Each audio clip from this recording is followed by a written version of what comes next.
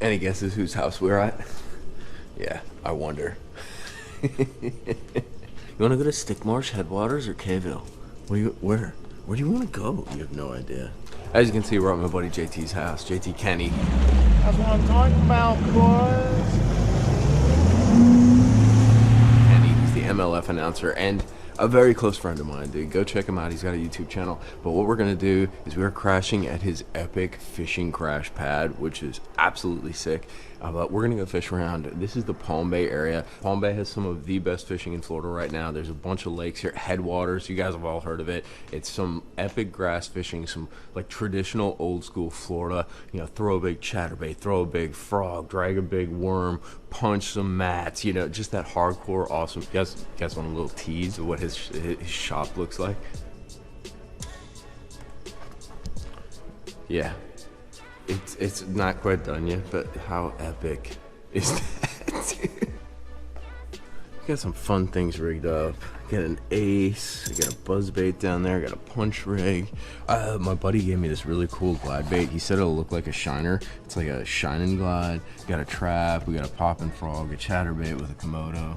More aces, more Texas rigs, and of course, you know, well, that chuggy Berkeley deal, that spook kind of deal.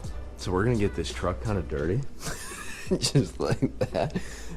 And we're gonna go catch some big Florida bass and see what these places are all about. I've been to a few of them, but they always act different, but they always have bigs.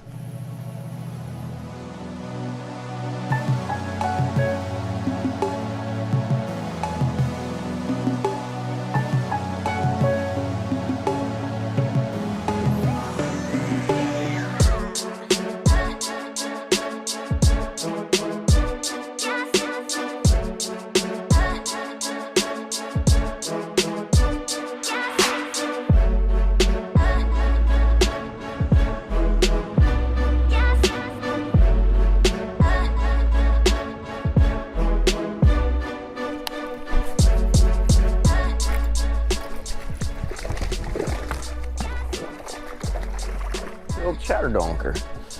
Not a giant, but he'll work. Start the day on the Komodo. Dude, he got it too, boy. There's a whole pot of them right there. I knew I got like 3 or 4 bites. You just don't. Come on. It's a nice chunky one, dude. Get in here. That's 2.5, 3 pounder. Again on the chatterbait. Felt right. I know. I got him. I think there's some more too, guys. That's her. Yep, well, just stopped it, dude, on the chatter donker. Look out. That's another big, dude. I mean, just seriously, stop that bait.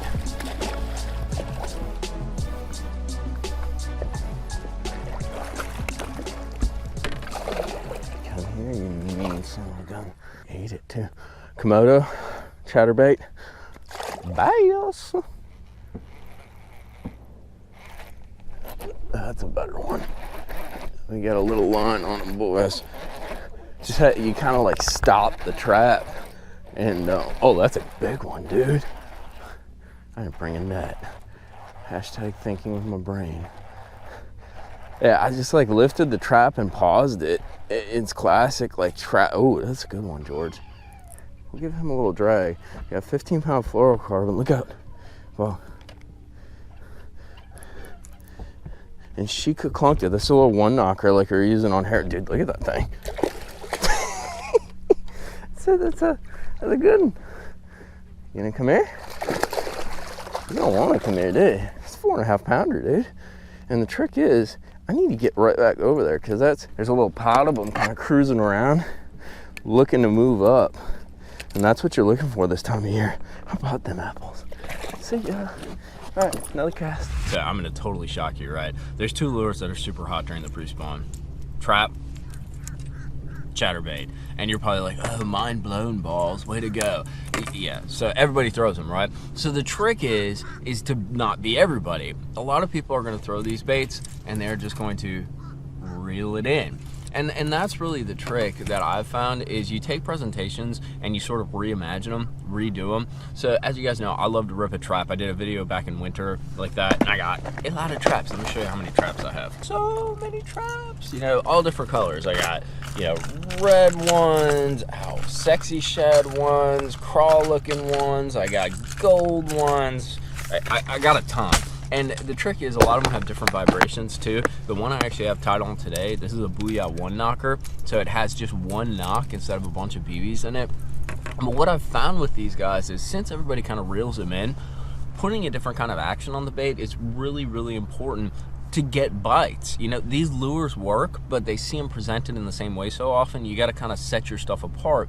And as you guys can see in the video, I'm kind of putting some English on it. We're fishing a super shallow grass flat, like 2.5, maybe 3 feet, and the grass comes up about a foot. So I have a very small water column to work with.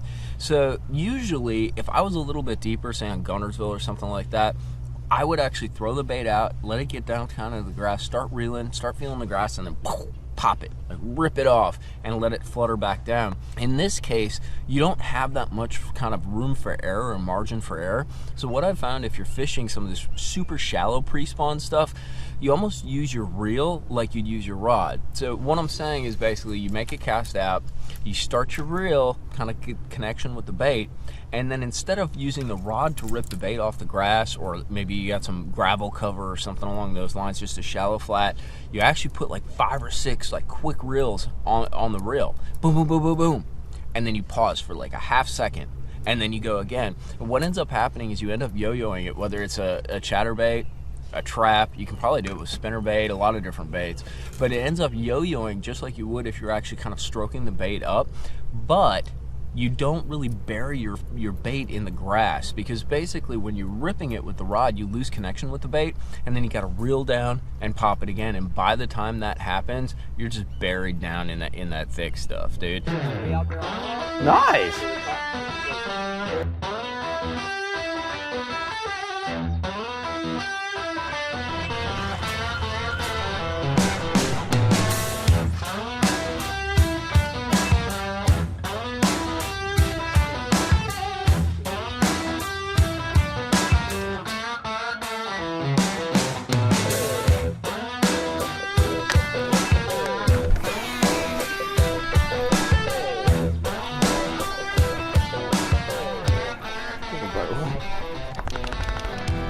Seems like trap bite was good in the morning, and then kind of laid off.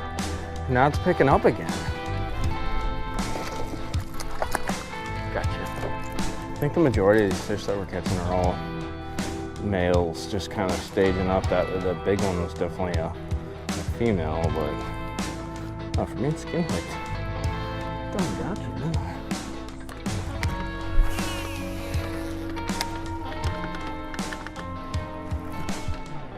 That's a big one. That's a big one. That's a giant, dude. Oh, stay buttoned. Stay buttoned on the trap. Look out. Oh dear. Look out, George. George Bog. Can't even do anything with this fish, dude. Stay out of the power poles. This is a freaking giant, guys, on the trap. Oh, stay out of the power poles. Look out, look out, look. No. Oh, God, he's got one hook.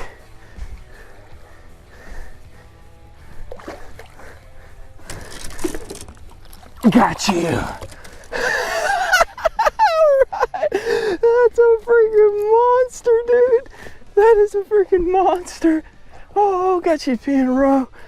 Dude, that is a monster. Pick things apart because there can be giants. So we rolled, we kind of fished down a stretch and nothing happened. It kind of went dead. We turned around, went back up. I picked up the trap again, and I'm pretty good at fishing trap. I like fishing it, so I think you are usually like better at techniques that you enjoy doing, and I really enjoy fishing a trap. I like ripping it off. I like kind of interacting with the grass. And we rolled up here, dude, slanging out there, caught a 2.5, 3 pounder, and then this happened. George Bog is all freaking out. Look at the head shoulder on that. Dude, look at this thing. This thing is a meat bucket. Afraid to throw in there again. Bob, what do you say we get this? Get the head meat on this guy. All right, we gotta get her backed up. That is a Mondo Slabo fish, dude. That's a good like 7.5. All right, you go back down, go do your thing.